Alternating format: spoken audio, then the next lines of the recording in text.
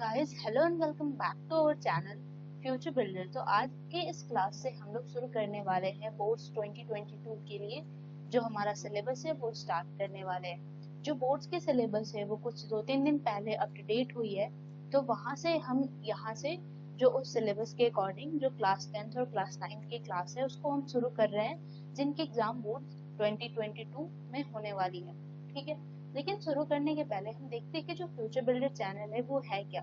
तो ये एक चैनल है जो कि आपको स्टडी वीडियोस प्रोवाइड करता है with proper explanation and solution related to it. आपको चैप्टर पढ़ाया जाता है यहाँ पे और उसके अकॉर्डिंग जो उसकी एनसीईआरटी सिलेबस होती है उसके सॉल्यूशंस भी आपको कराए जाते हैं। Fastest solutions to your any problem. आपको कोई भी दिक्कत है आप कमेंट बॉक्स में जो अपना डाउट है उसको डालेंगे, तो हम आपके जो आपके प्रॉब्लम का जो सॉल्यूशन है वो जल्दी से जल्दी देने का ट्राई करेंगे। ठीक है, lectures according to the syllabus.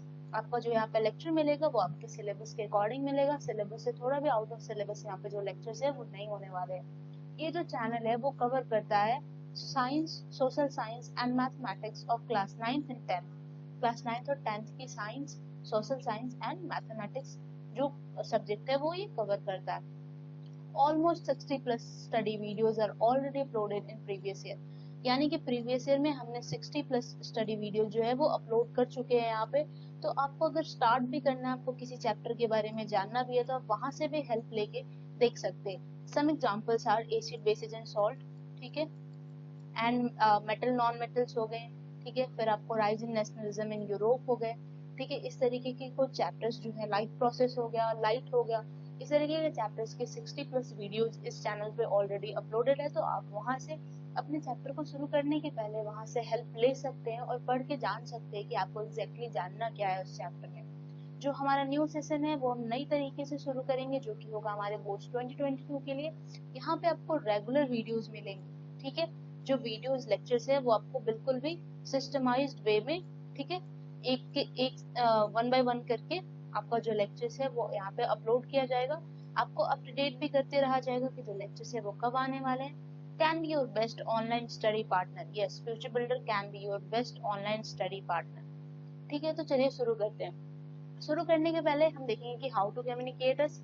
आपको कोई भी प्रॉब्लम है आप अपनी प्रॉब्लम को कमेंट बॉक्स में डाल सकते हैं, या आप इंस्टाग्राम आईडी @futurebuilder2020 पे हमें डीएम कर सकते हैं, या फिर आप फेसबुक पेज पे कॉन्टैक्ट अस बटन पे क्लिक करके फ्यूचर बिल्डर से कॉन्टैक्ट कर सकते हैं। अपने जो आपका प्रॉब्लम है उसकी आप फोटो क्लिक करके या प्रॉब्लम की टेक्स्ट आप हमें भेज सकते हैं। हम वहाँ पे ट्राई करते हैं आपको जल्दी से जल्दी उसकी सोल्यूशन प्रोवाइड करने की। तो बिना किसी देरी के अब शुरू करते हैं। शुरू करने के पहले हम देखते हैं मोटिवेशन जो कि है हमारा, लेकिन उसके पहले हम यहाँ पे इंक कलर चेंज करेंगे, ठीक है।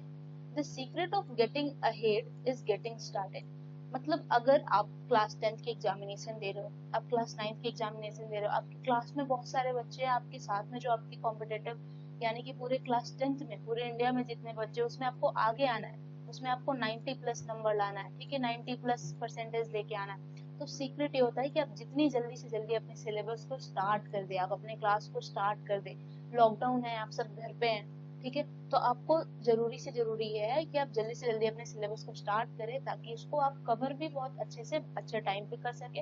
और ये जो फ्यूचर बिल्डर है वो बहुत जल्द आपके सिलेबस को अब स्टार्ट कर रहा है, ठीक है। तो चलिए शुरू करते हैं। आज के इस क्लास में हम लोग सबसे पहले देखने वाले हैं chemical equations and reactions chapter, जो कि है हमारा चैप्टर फर्स्ट, ठीक है, साइंस का और किस क्लास का, क्लास 10th का। तो ये है हमारा lecture 1 chemical equations and reactions chapter का। ये चैप्टर एक बहुत बेसिक, बहुत बढ़िया और एक छोटा चैप्टर है। लेकिन चैप्टर कवर करने के पहले हम यहाँ पे देखेंगे इसका सिलेबस। जो हमारी बोर्ड्स की अप टू डेटेड सिलेबस आई है उस सिलेबस में आपको क्या क्या पढ़ना है वो यहाँ पे हम देखते हैं। तो हम देखते हैं यहाँ पे कि जो केमिकल सब्सटेंसेज हैं, ठीक है, इनके नेचर एंड बिहेवियर के बारे में पढ़ना है। केमिकल रिएक्शन क्या होता है, ठीक है, केमिकल इक्वेशन क्या होता है, बैलेंस्ड केमिकल इक्वेशन क्या होता है, इम्प्लीकेशन क्या होता है एक बैलेंस्ड केमिकल इक्वेशन का।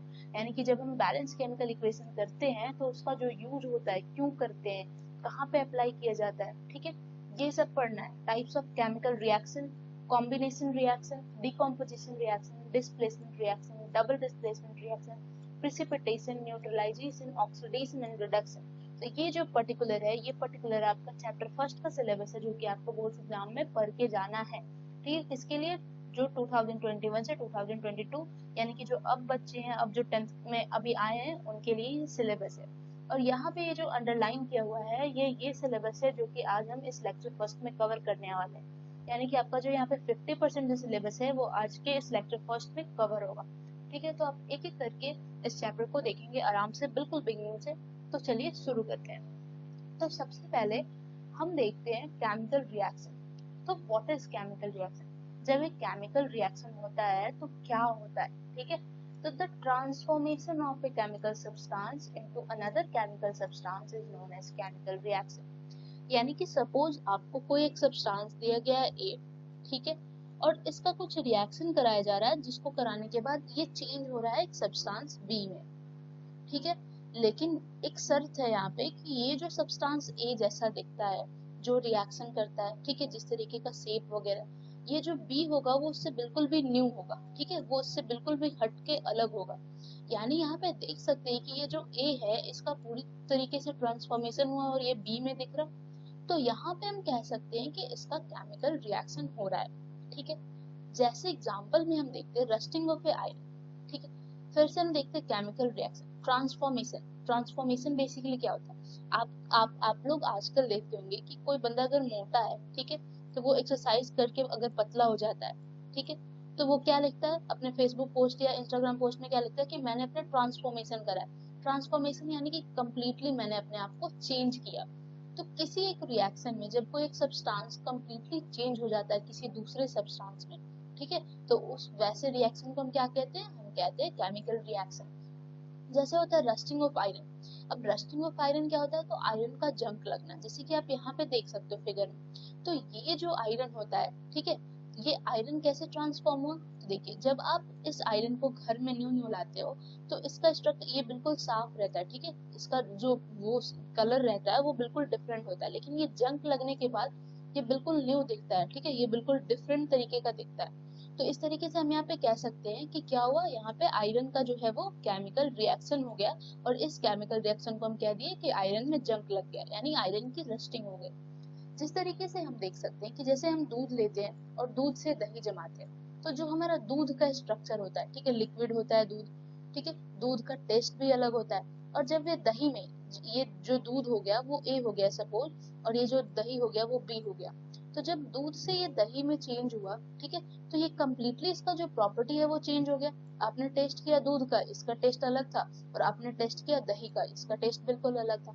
तो इस तरीके से, जबकि वो बना किससे? वो बना है मिल्क से ही। तो इस तरीके से इसका जो हो रहा है वो केमिकल रिएक्शन हो रहा है, यानी कि ये जो दूध है वो कम्प्लीटली दही में चेंज हो जा रहा है। इसका क्या हो रहा है? ट्रांसफॉर्मेशन हो रहा है, जो कि एक नया सब्सटेंस है। दही क्या है? एक नया सब्सटेंस है। जिस तरीके से हम खाना खाते हैं, ये भी हमारा केमिकल रिएक्शन का एग्जांपल में आता है, ठीक है। हम खाना खाते हैं फिर उसको पचाते हैं, ठीक है, तो वो क्या, डाइजेशन ऑफ फूड भी किसमें आता है? केमिकल रिएक्शन में आता है। और रिस्पिरेशन, हम हवा से सांस लेते हैं, ठीक है, और जब हम ब्रीथ इन करते हैं, ठीक है, और फिर ब्रीथ आउट करते हैं, इसके दौरान हमें क्या मिलता है? एनर्जी। क्या मिलता है? एनर्जी।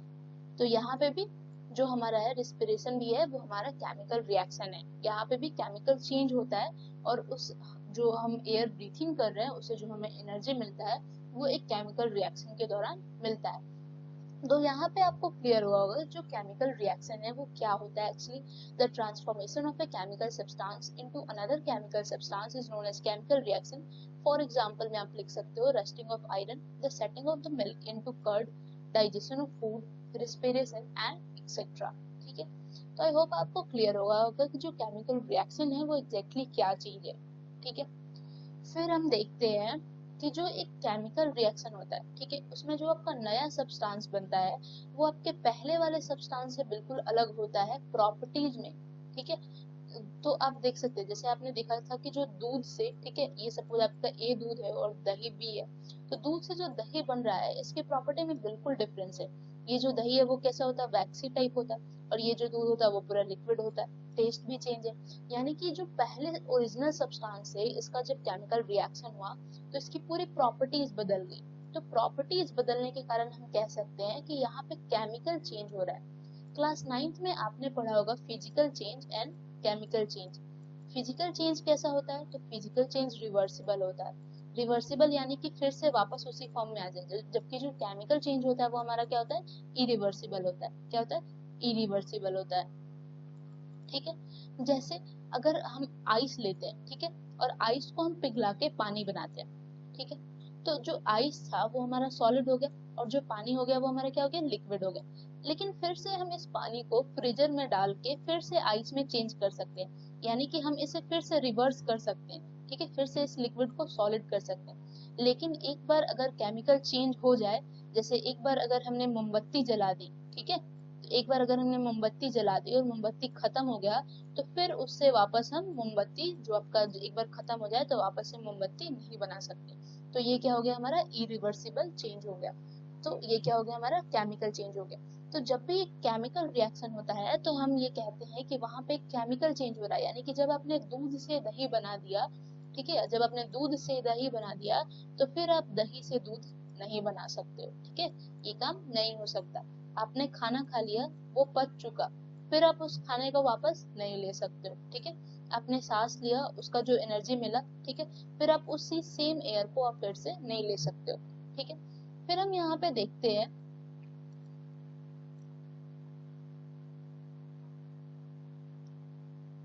ठीक है, फिर हम यहाँ पे देखते हैं कि only rearrangement of atoms takes place in a chemical reaction, यानी कि जब भी केमिकल रिएक्शन होता है तो वहां पे रीअरेंजमेंट ऑफ एटम्स होता है। अब ये रीअरेंजमेंट ऑफ एटम्स होता क्या है एग्जैक्टली, ठीक है। तो हम यहाँ पे देखते हैं कि सपोज कोई हमारा एक सब्सटेंस है जिसके अंदर में एक बॉन्डिंग है, ऐसे बी ए बी, सपोज ये जो बॉन्डिंग है एटम्स के बीच में वो कुछ ऐसे है। और जब ये केमिकल चेंज कर गई, जब ये जो सब्सटेंस है वो केमिकल चेंज कर गई, तो उसने अपने बॉन्डिंग को तोड़ के, ठीक है, कुछ ऐसे बना दिया, ए ए एंड बी बी। तो अब आप देख सकते हो कि ये ए और ए कनेक्ट था बी से, बी कनेक्ट था ए से, फिर ए कनेक्ट था बी से। अब इसने अपने आप को रीअरेंज करके ए से ए को जोड़ा, ठीक है, यहाँ पे, और बी से बी को जोड़ा।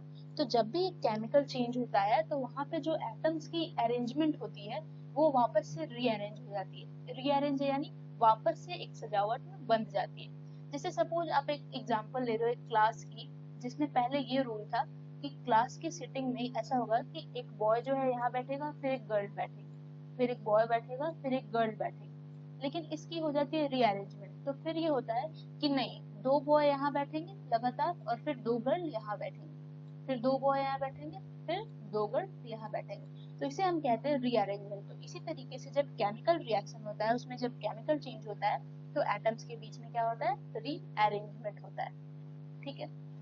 इस तरीके से हम देख सकते हैं the substance which take part in a chemical reaction are called reactants and the new substance produced as a result in a chemical reaction are called product. अब ये क्या है, ठीक है, रिएक्टेंट प्रोडक्ट क्या है, तो देखिए सपोज हमने एक सब्सटेंस लिया ए और एक सब्सटेंस लिया हमने बी, और इसको जब हमने केमिकल रिएक्शन करवाया, जब इनका केमिकल चेंज हुआ, तो बना हमारा सी प्लस डी, ठीक है, सी प्लस डी। तो जो लेफ्ट साइड में, यानी कि जो सब्सटेंस हमारे पास है जिसका हम केमिकल रिएक्शन करा रहे हैं, तो इन्हें हम कहते हैं रिएक्टेंट्स। क्या कहते हैं हम, रिएक्टेंट। तो यहाँ पे क्या कह रहा है कि ऐसे सब्सटेंस जो कि which take part in chemical reaction, यानी कि ऐसे सब्सटेंस जो कि केमिकल रिएक्शन में हिस्सा लेते हैं, ठीक है, उसे हम क्या कहते हैं, रिएक्टेंट कहते हैं।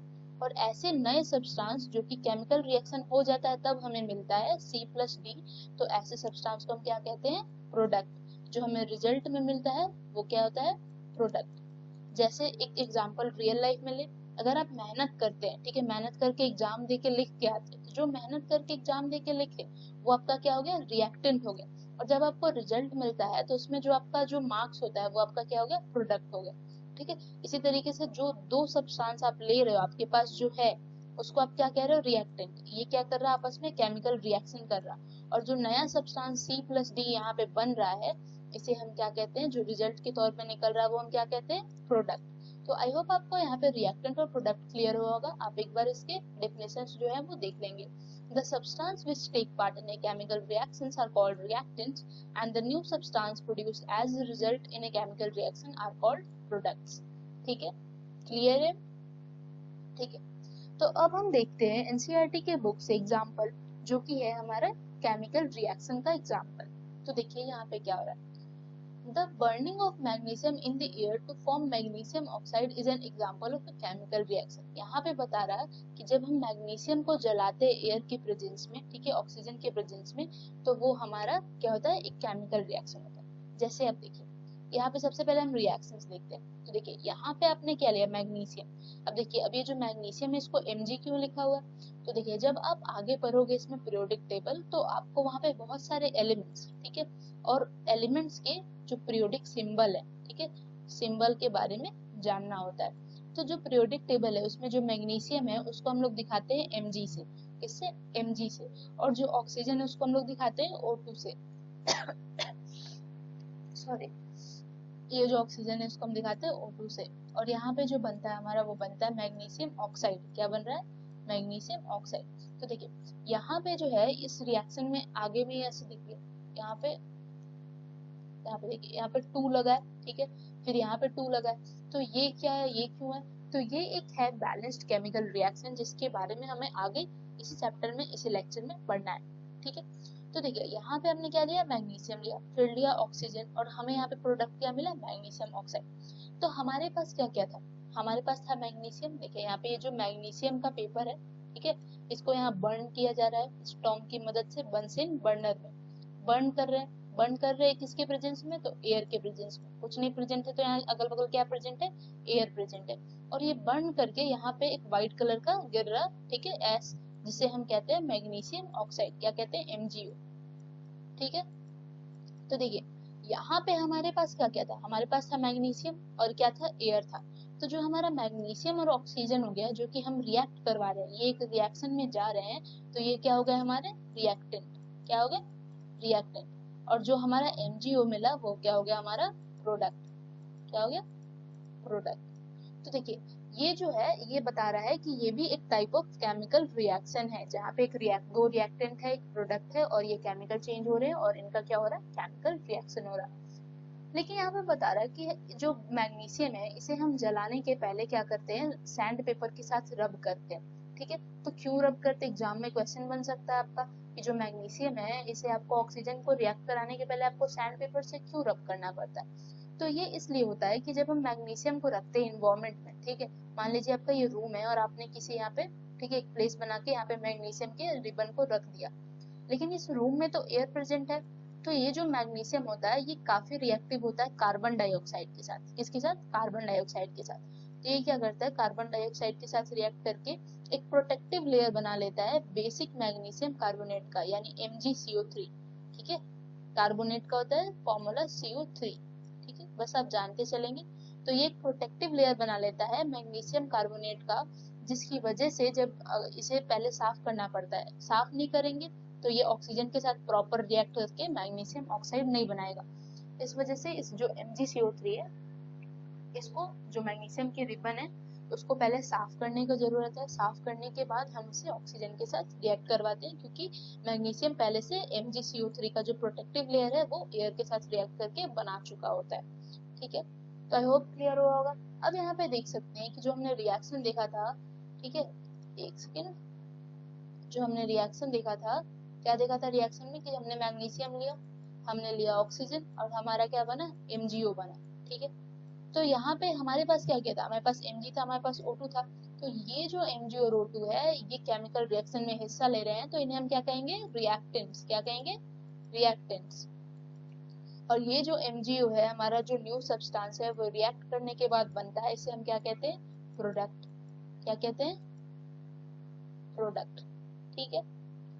फिर अब हमारा यहाँ पे खत्म होता है क्या, कि केमिकल रिएक्शन एक्चुअली क्या होता है, उसके हमने एग्जांपल भी देखे हैं एनसीईआरटी से, ठीक है, आई होप क्लियर है।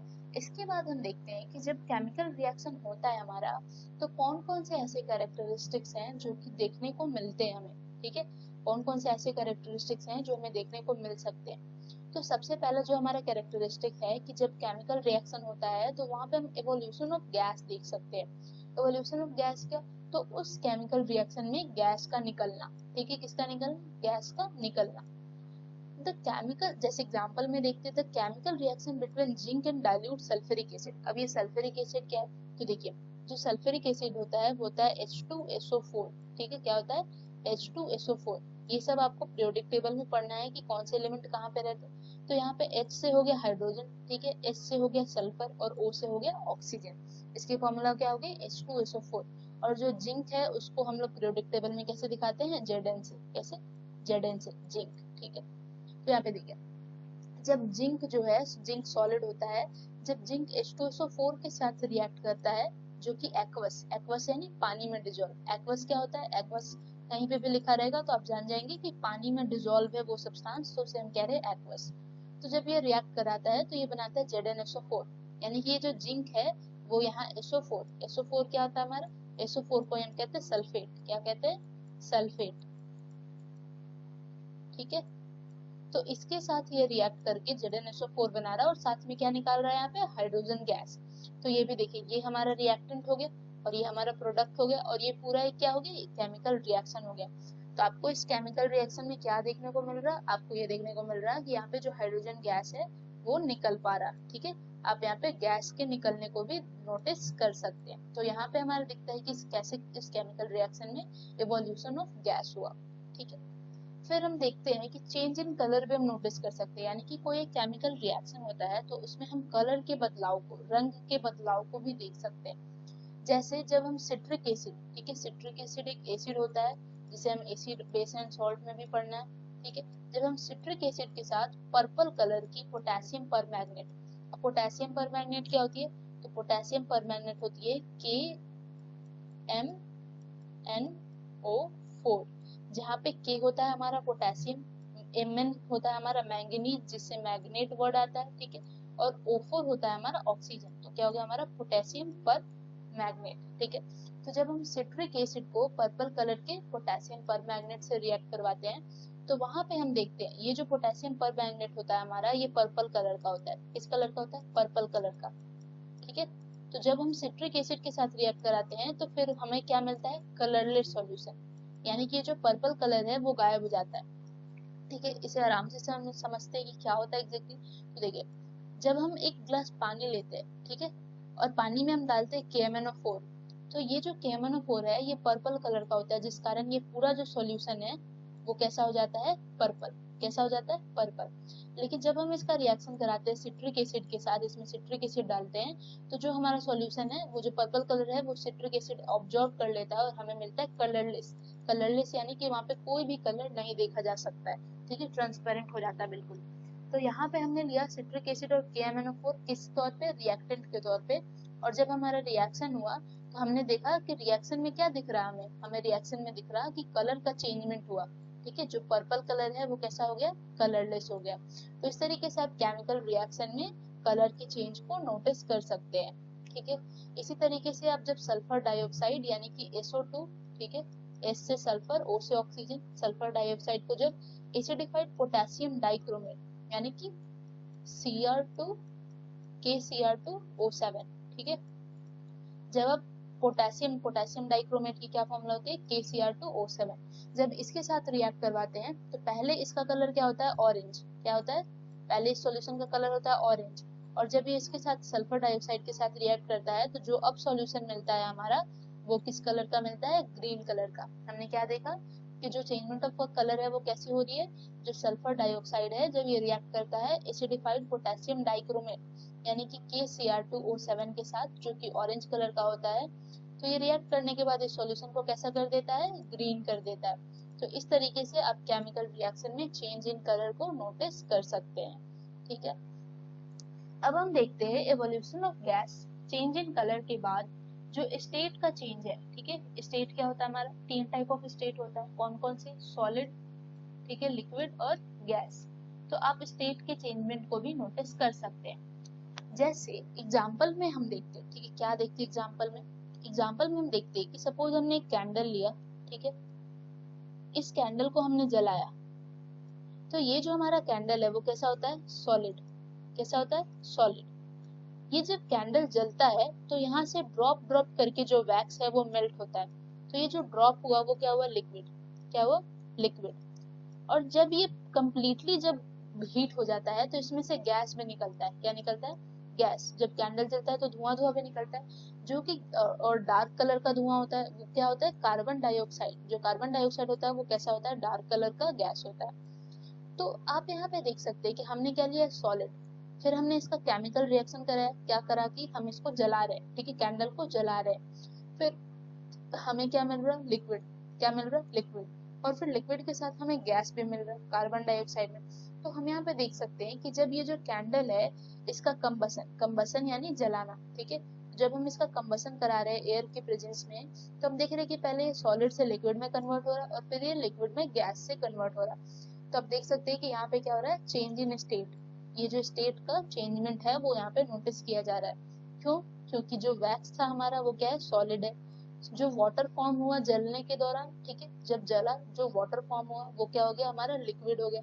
और जब वो कम्प्लीटली बर्न आउट होके कार्बन डाइऑक्साइड गैस दे दिया तो वो हमारा किस में चेंज हो गया? गैस में।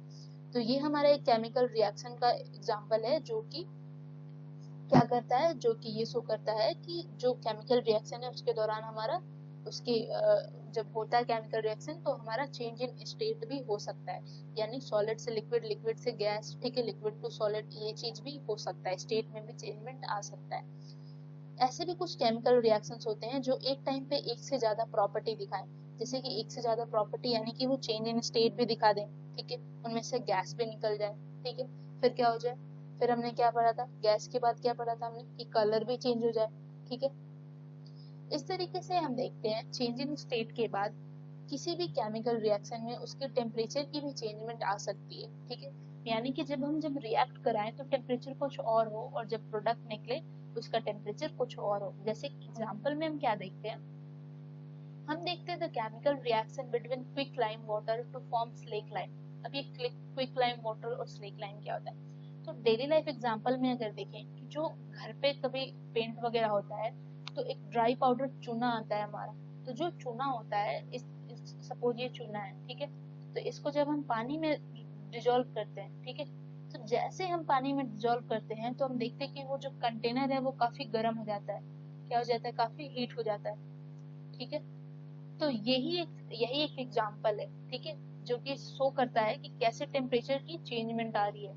जैसे एग्जांपल में देखें, जो ये हमारा क्विक लाइम वाटर है, ठीक है, तो देखिए जो क्विक लाइम होता है उसका फॉर्मूला होता है CaO, ठीक है, और ये जब रिएक्ट करता है पानी के साथ H2O, ठीक है, जहाँ पे Ca क्या है? कैल्शियम है, और O क्या है? ऑक्सीजन है, तो ये फॉर्म करता है स्लेक लाइम यानी CaOH का होल ट्वाइस, ठीक है। तो ये जो हमारा चूना जब पानी में डिजोल्व हो रहा है, ये एग्जैक्टली फॉर्मूला है, ये जो क्विक लाइम है ये क्या है? हमारा चूना। तो ये जब पानी में डिजोल्व हो रहा है और ये बना रहा, तो इसमें सडनली जो टेम्परेचर का चेंजमेंट है बहुत ज्यादा हो जाता है। इतना ज्यादा हो जाता है कि जब आप चूना को पानी में डिजोल्व करते हो, जब आप टच करने जाओगे तो आपका हाथ पूरी तरीके से जल सकता है। तो इसमें क्या हुआ कि पहले जो इसका टेम्परेचर था वो तो साधारण था, रूम टेम्परेचर पे, ठीक है, लेकिन जैसे यहाँ पे रिएक्शन हो रहा है अचानक से जो टेम्परेचर है वो बहुत ज्यादा बढ़ जा रहा। क्या हो रहा है? Which is rise in temperature, बहुत ज्यादा जो टेम्परेचर है वो बढ़ जा रहा, ठीक है। तो यहाँ पे हम देख सकते हैं कि किस तरीके से जो टेम्परेचर है वो इंक्रीज कर रहा है इस एग्जाम्पल में। इसके नीचे एक और एग्जाम्पल है जो कि सेम यही एग्जाम्पल है, ठीक है, इसको यहाँ पे भी लिखा गया है, ठीक है।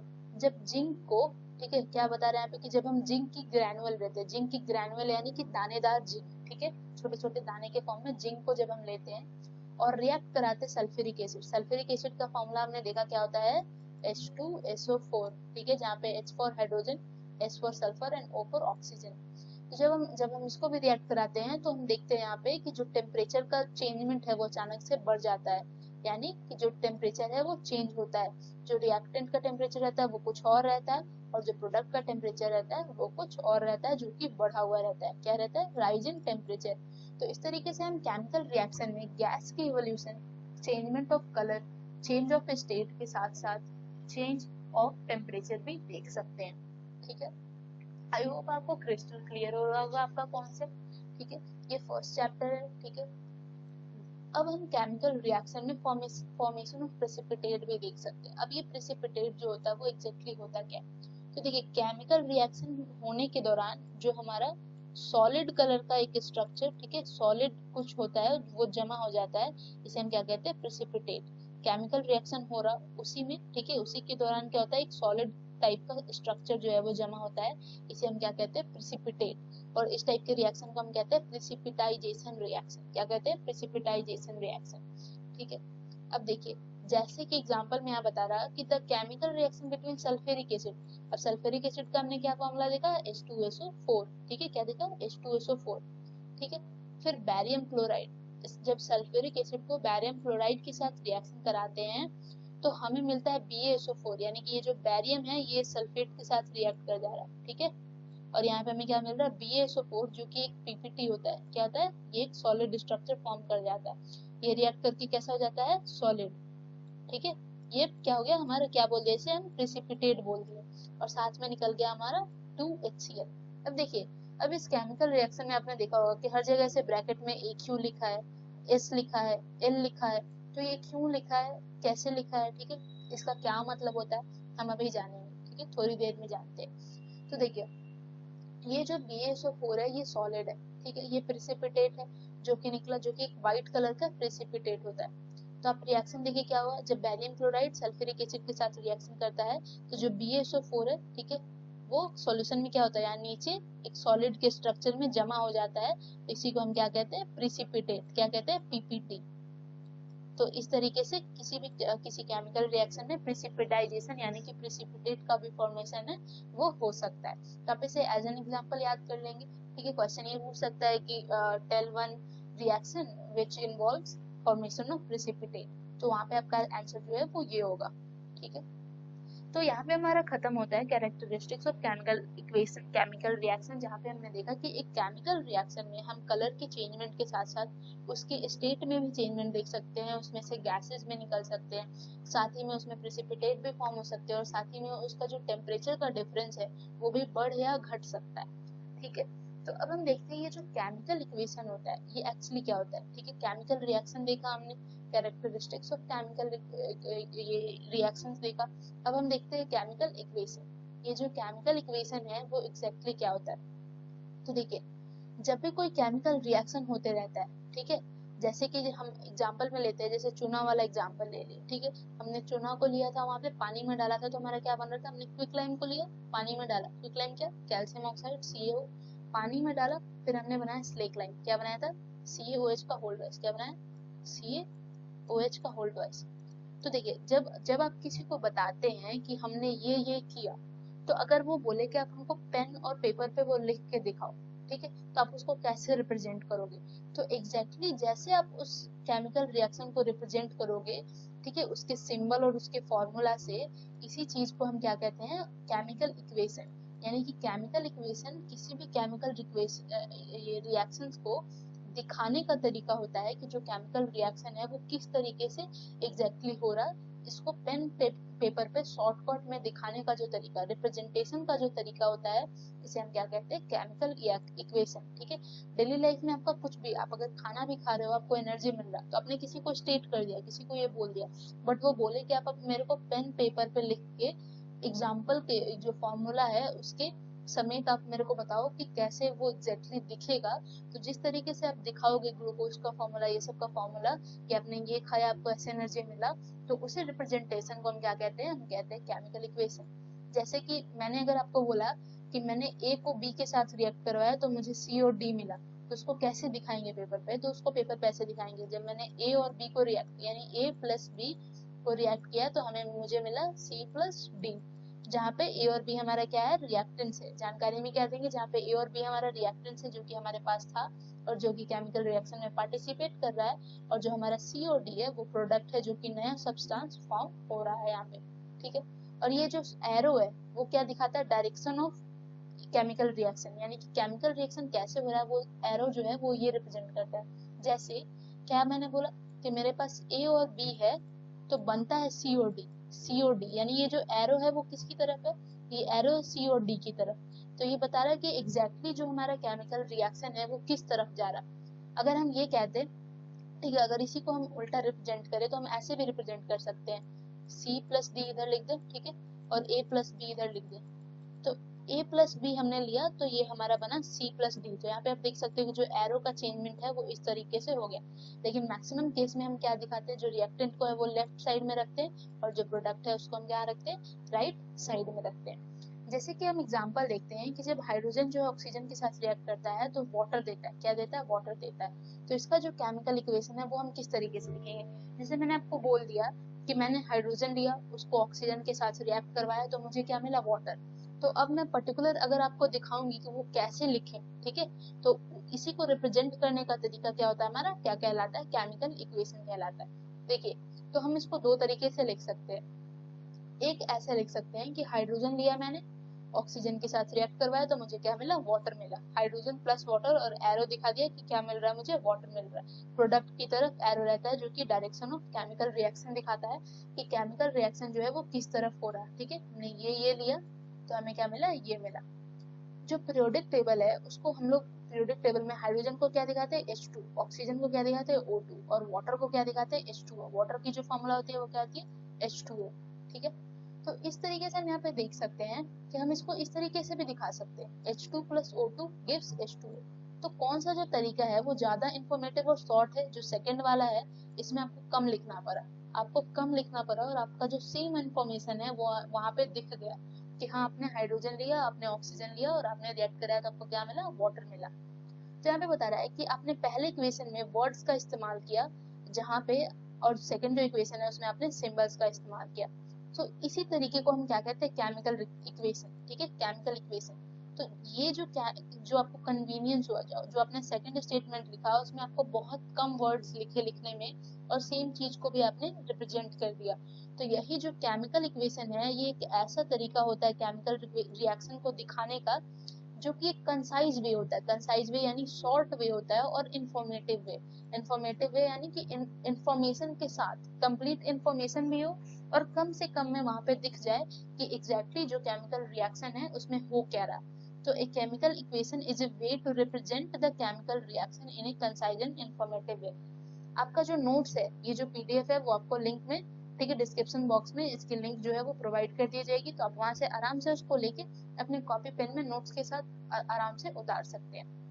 ठीक है, तो यहाँ पे हमने देखा जो केमिकल इक्वेशन है वो एग्जैक्टली होता क्या है। अब ये जो केमिकल इक्वेशन है इसको हम दो तरीके से बांट सकते हैं। कैसे कैसे, बैलेंस्ड केमिकल इक्वेशन और अनबैलेंस्ड केमिकल इक्वेशन, जो कि हमारा लास्ट टॉपिक होने वाला है इस लेक्चर का। ठीक है, अब हम अच्छे से देखते हैं कि ये जो बैलेंस्ड केमिकल इक्वेशन है और ये जो अनबैलेंस्ड केमिकल इक्वेशन है वो एग्जैक्टली होता क्या है। ठीक है, तो देखिए, a balanced chemical equation has the number of atoms each element equal on both sides। देखिए, यहाँ पे आपको एक रिएक्शन लिखा हुआ है, इस रिएक्शन के बारे में आपको कोई इन्फॉर्मेशन नहीं है, बस इतना इन्फॉर्मेशन है कि हाँ जो आपके लेफ्ट साइड में लिखा हुआ है वो कहीं ना कहीं आपका क्या है, रिएक्टेंट है। ठीक है, और जो राइट साइड में है वो प्रोडक्ट है। ठीक है, तो यहाँ पे बता रहा कि एक बैलेंस्ड केमिकल इक्वेशन वो होता है जिसमें नंबर ऑफ एटम्स, मतलब जो एक एक टाइप के एटम होते हैं वो सेम होते हैं दोनों तरफ। जैसे आप देखो, अगर आप, मैंने Zn को देखा, Zn क्या होता है, जिंक। तो लेफ्ट साइड में मेरा जो जिंक है वो कितना है, एक है, और राइट साइड में जो जिंक है वो कितना है, एक है। लेफ्ट साइड में हाइड्रोजन दो है, राइट साइड में हाइड्रोजन भी दो है। ठीक है, दो है। सल्फर एक है, सल्फर एक है। ऑक्सीजन लेफ्ट साइड में चार है और ऑक्सीजन राइट साइड में भी चार है।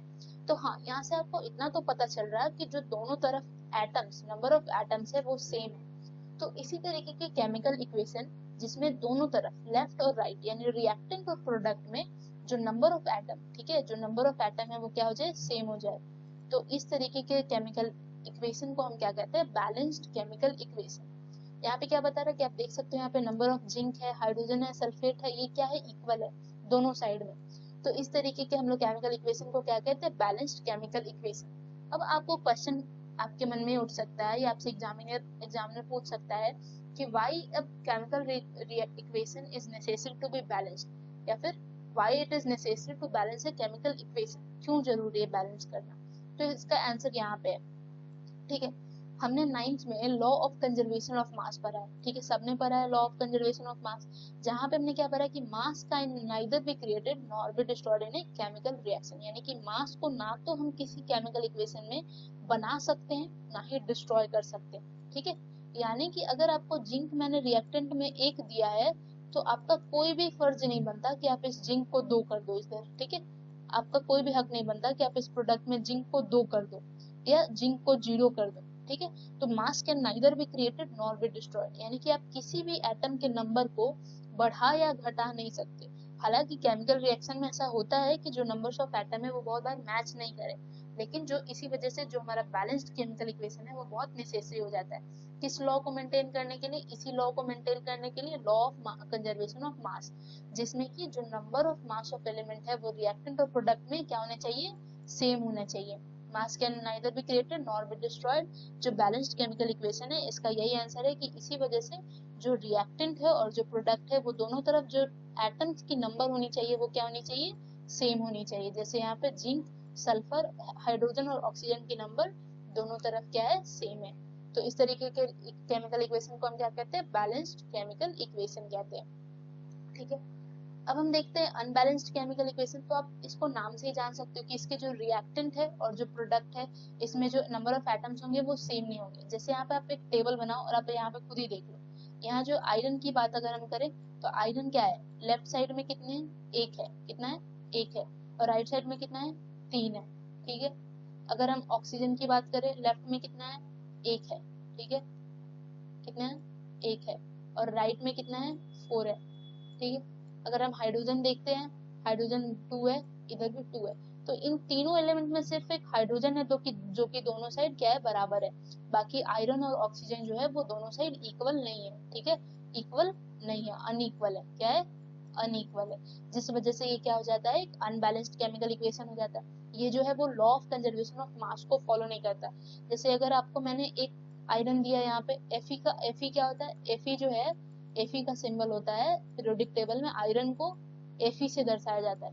Fe यानी इसका जो एक नेम होता है, ठीक है, जो ओरिजिनल नेम होता है कहता है फेरस, ठीक है, वहां से Fe आता है। तो यहाँ पे 1 Fe हमने प्रोवाइड किया, तो आपका कोई हक नहीं बनता कि आप 2 Fe यहाँ पे बढ़ा कर खुद से Fe3 लिख दो, ठीक है। हालांकि ये बैलेंस, ये जो एक केमिकल इक्वेशन है, ये केमिकल रिएक्शन होता है, तो ये फॉर्मूला लिखने का तरीका है। इसी वजह से हमें law of mass of conservation को मेंटेन करने के लिए हमें यहाँ पे जो केमिकल इक्वेशन है उसको बैलेंस करने की जरूरत होती है, ठीक है। इसी वजह से हम इसे बैलेंस करते हैं, ठीक है।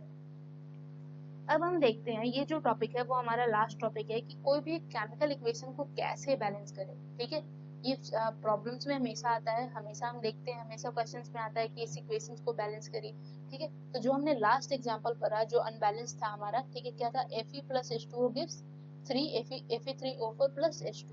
इस इक्वेशन को हम लोग यहाँ पे बैलेंस करने का कोशिश करेंगे। तो देखिए आप यहाँ पे देख सकते हैं कि यहाँ पे टेबल बना है जिसमें जैसे मैंने आपको वहां पे दिखाया कि लेफ्ट साइड में कितने आयरन प्रेजेंट है? 1 प्रेजेंट है, ठीक है। इधर 3 प्रेजेंट है, इधर 2 प्रेजेंट है, इधर 2 ऑक्सीजन, इधर 1, इधर 4, ठीक है। तो इस इक्वेशन को हम यहाँ पे अच्छी तरीके से लिख लेंगे पहले, फिर हम देखते हैं आराम से कि कैसे इसे बैलेंस करेंगे, ठीक है। FeO plus Fe plus H2O, ठीक है।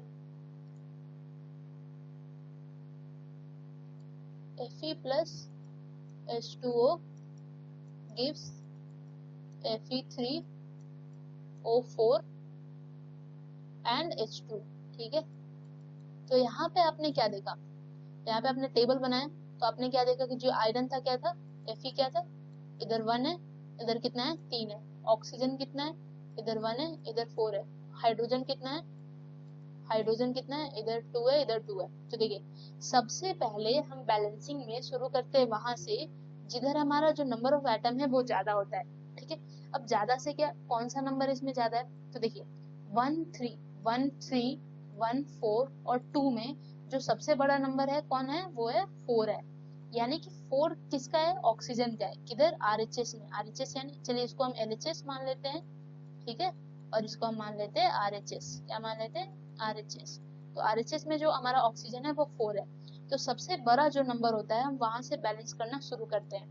तो जब ये जो हमारा राइट साइड है, राइट साइड में जब हमारा 4 ऑक्सीजन है तो हमें लेफ्ट साइड में भी 4 ऑक्सीजन करना पड़ेगा। तो 4 ऑक्सीजन देखिए, तो यहाँ पे हमारा कितना ऑक्सीजन है? सिर्फ 1 है। कितना है? 1 है। तो इसको 4 करने के लिए हम क्या करते हैं? लेफ्ट साइड में, लेफ्ट साइड क्या है हमारा? Fe प्लस H2O है ना। तो यहाँ पे हम 4 से मल्टीप्लाई करते हैं। क्या करते हैं? 4 से मल्टीप्लाई करते हैं। अब जब हम 4 से मल्टीप्लाई करते हैं तो हमारा लेफ्ट साइड में भी 4 हो गया ये, ठीक है, क्या हो गया 4 हो गया। लेकिन यहाँ पे देखिए, यहाँ पे ये 4 इंटू H2 यानी कि जो हमारा हाइड्रोजन है वो यहाँ पे मल्टीप्लाई हुआ तो वो कितना हो गया 8 हाइड्रोजन हो गया। कितना हो गया 8 हाइड्रोजन हो गया। तो 8 हाइड्रोजन होने की वजह से हम राइट साइड में भी मेंटेन करेंगे, क्योंकि अब जो हमारा लेफ्ट है वहाँ पे कितना हाइड्रोजन हो गया 8 हो गया। अब इधर भी हमें 8 करना है, तो हम राइट साइड में क्या करेंगे 4 से इंटू, राइट साइड में हमारा क्या है यहाँ पे देखते हैं, राइट साइड में हमारे पास क्या क्या है Fe3O4 प्लस H2। तो इस H2 को हम किससे इंटू करेंगे 4 से, जिससे हमारा 8 हाइड्रोजन जो है वो बैलेंस हो पाए। तो यहाँ पे 4H2 हो गया। अब हम देखते हैं कि हमारा ऑक्सीजन बैलेंस हो गया, 4 ऑक्सीजन 4 ऑक्सीजन। अब हम देखते हैं हाइड्रोजन बैलेंस हो गया, ठीक है 8H, ठीक है 8H। अब हम Fe को देखते हैं, तो Fe हमारा है 3, तो हमें लेफ्ट साइड में भी 3 लाना होगा, तो हम यहाँ 3 से मल्टीप्लाई कर देंगे। तो इस तरीके से जो हमारा इक्वेशन है वो बैलेंस हो गया। क्या हो गया 3Fe प्लस 4H2O, ठीक है Fe3O4 प्लस 4H2।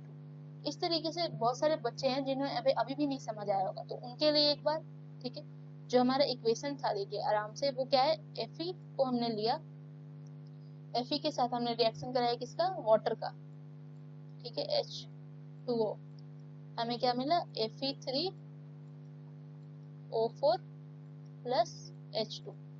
अब सिंपली आप देखेंगे कि जो हमारा लेफ्ट साइड है इसमें आयरन कितना है 1 है, इधर कितना है 3 है, हाइड्रोजन कितना है 2 है, इधर भी 2 है, और ऑक्सीजन कितना है इधर 1 है और इधर कितना है 4 है।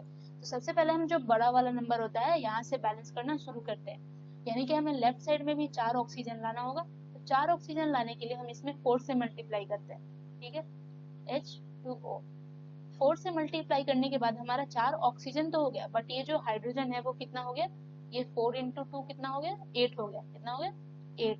तो अब हम हाइड्रोजन को बैलेंस करते हैं, तो हम राइट साइड में इस H2 में मल्टीप्लाई करते हैं 4 से, तो हमारा जो हाइड्रोजन है वो बैलेंस हो गया, ठीक है। अब हम हाइड्रोजन को बैलेंस करने के बाद हम आयरन की संख्या देखते हैं, तो इधर 3 है और इधर कितना है 1 है, तो हम यहाँ पे मल्टीप्लाई कर देते हैं किससे 3 से। तो जो हमारा फाइनल इक्वेशन आता है वो आता है 3Fe plus 4H2O gives Fe3O4 plus 4H2। अब आप नंबर मिला सकते हो, हर तरफ नंबर सेम आएगा, ये 3Fe, यहाँ पे भी 3, 4 ऑक्सीजन 4 ऑक्सीजन, 8 हाइड्रोजन 8 हाइड्रोजन। तो इस तरीके से जो इक्वेशन को है हम बैलेंस करते हैं। बैलेंसिंग इक्वेशन के देखने के बाद हम यहाँ पे लास्ट टॉपिक देखते हैं कि आखिर जो हमारा इक्वेशन है इसको हम मोर इंफॉर्मेटिव कैसे बनाएं, यानी कि ज्यादा से ज्यादा इंफॉर्मेटिव कैसे बनाएं। तो देखिए जो हमारा इक्वेशन है, जो हमारा केमिकल रिएक्शन हो रहा है उसमें हम इक्वेशन लिख रहे हैं, तो उसको हम ज्यादा इंफॉर्मेटिव बना सकते हैं उसकी फिजिकल स्टेट्स को लिख के। फिजिकल स्टेट्स यानी कि वो गैस है या लिक्विड है या सॉलिड है। अगर वो गैस है तो उसके बगल में हम जी इस्तेमाल करेंगे। जैसे अगर हम लेते हैं कार्बन डाइऑक्साइड रिएक्शन में, तो इसके बगल में हम जी लिख देते हैं, तो ये ज्यादा अच्छा हो गया। या फिर अगर हम सपोज वाटर लेते हैं, ठीक है वाटर लिए H2O, या फिर जो आइस है उसका भी फॉर्मूला क्या होता है H2O। तो अब हमें पता कैसे चलेगा केमिकल रिएक्शन में कि हमने आइस लिया है या वाटर लिया है। तो अगर हम वाटर लेते हैं तो उसके लिए हम लिख देंगे लिक्विड, ठीक है क्योंकि वो लिक्विड होता है स्टेट में। अगर हम आइस लिए तो उसके लिए हम लिख देंगे बगल में सॉलिड। तो इसीलिए जो स्टेट होता है वो दर्शाना बहुत जरूरी होता है, ठीक है। इस वजह से हमारा जो केमिकल इक्वेशन है वो बहुत ज्यादा इंफॉर्मेटिव हो जाएगा, ठीक है। इस तरीके से हम हाइड्रोजन गैस लेते हैं तो उसके बगल में क्या लिख देते हैं गैस, और साथ में इस्तेमाल करते हैं ये वाली सिंबल, ठीक है। इसका मतलब ये होता है कि जो गैस है वो हमेशा ऊपर की तरफ जाएगी, ठीक है जैसे प्रोड्यूस हुई वो ऊपर की तरफ जाएगी, इसलिए हम इसको दिखाते हैं इस तरीके से, ठीक है। और या तो हमारा जो अगर सपोज बहुत बार ऐसा होता है कि वहां पे लिखा रहता है AQ, क्या लिखा रहता है AQ, तो AQ यानी होता है एक्वस। क्या होता है एक्वस। तो जब किसी भी सब्सटेंस को हम लोग डिजोल्व करते हैं पानी में, ठीक है पानी में जब किसी भी सब्सटेंस को डिजोल्व करके उसका सॉल्यूशन बनाते हैं तो वो जाता है एक्वस, और इसका जो शॉर्ट फॉर्म है वो हम क्या लिखते हैं बगल में किसी भी केमिकल रिएक्शन के AQ। AQ यानी पानी में डिजोल्व किया हुआ वो सब्सटेंस है, उसका सॉल्यूशन पानी में बना हुआ है, ठीक है। समटाइम्स क्या होता है, यहाँ पे क्या दिखा रहा है, इन कलर चेंज कर ले, ये हमारा लास्ट स्लाइड है, इसके बाद लेक्चर खत्म हो जाएगा। समटाइम्स क्या होता है कि जो इक्वेशन होता है उसमें टेम्परेचर प्रेशर, यानी कि वो रिएक्शन किस टेम्परेचर पे हो रहा है, किस प्रेशर पे हो रहा है, कौन सा कैटलिस्ट इस्तेमाल किया गया यूज किया गया है वहाँ पे, ये सब भी इंडिकेट करना बहुत जरूरी हो जाता है, जिस वजह से हमारा जो रिएक्शन है वो बहुत ज्यादा इंफॉर्मेटिव हो जाए।